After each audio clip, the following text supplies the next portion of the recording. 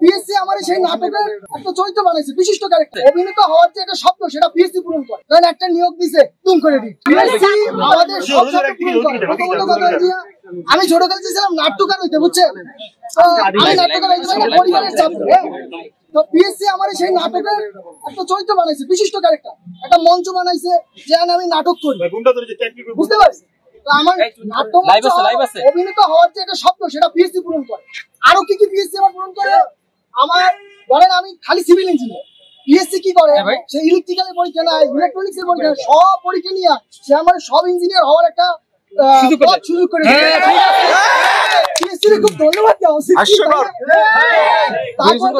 আমরা একটা কথা জানি যে সবুরে মেওয়া বলে, এই কথা সত্যি কি জানেন? যখন দেখেন যে একটা পরীক্ষা 19 সালে সার্কুলার হয় আর 25 সালে এই পরীক্ষা হয়, তাইলে কি হয় কি বুঝে যায় যে সবুরই মেওয়া বলে।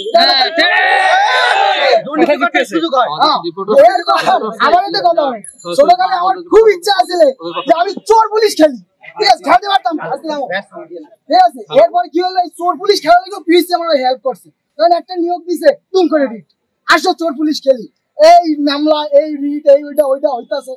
এইরকম করতে করতে পিএসসি আমার নিয়ে আমার যত ইচ্ছা আছে সব আমার পিএসসি পূরণ করতেছে। Thank you PSC, thank you. অনেকে লাইভ আছে এখন, একটু পরে আমাদের মা বাবা, আমার বাপের ঘাম বেচা আমি এই চাকরির প্রিপারেশনে আছি। এই ঘাম বেচার দাম যদি একটা সাংবিধানিক প্রতিষ্ঠান না দিতে পারে, তাহলে আমি এটা